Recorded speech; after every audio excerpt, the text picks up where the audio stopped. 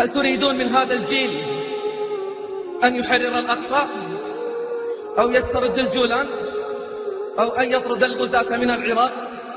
كلا، هؤلاء سيكونون قنوات لعبور العدو وألعوبة بيده وعبيد يشتاقون لمن يمسك بخطامهم.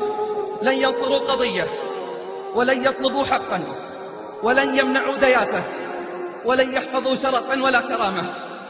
أمثال هؤلاء سيسلمون للعدو مفاتيح الحصون الأخيرة من حصون الإسلام، وسيرقصون معهم على الأوتار والألحان، بل سيتبادلون معهم الكؤوس وسيلعبون معهم القمار. نعم، هناك منافقون وعملاء ومنبطحون ومطبلون، لكن لم نكن نظن أن لهم مشجعون بالملايين ومتابعون لا يحصي عددهم إلا الله. يا الله، وصلت مجتمعاتنا إلى درجة من الدياثة حتى تعرض القبل والرقصات والضم واللم، بل أكثر من ذلك، على مرأى ومسمع من العالم وعلى الهواء مباشرة. يا الله، أين مبادئنا؟ وهل حقيقة نعي وندرك ما يجري حولنا؟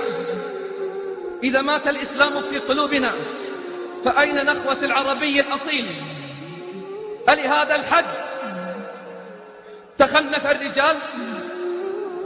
ألا وأسفا على الدين وأسفا على الرجولة. أقسم بالله العظيم أن مجتمعا يتربى على مثل هذا فلا خير فيه ولا يستحق البقاء، ولا يرجى منه يوما أن يغار أو يفزع للإسلام. وبذلك يكون اليهود وعباد الصلبان وعملاؤهم قد نجحوا في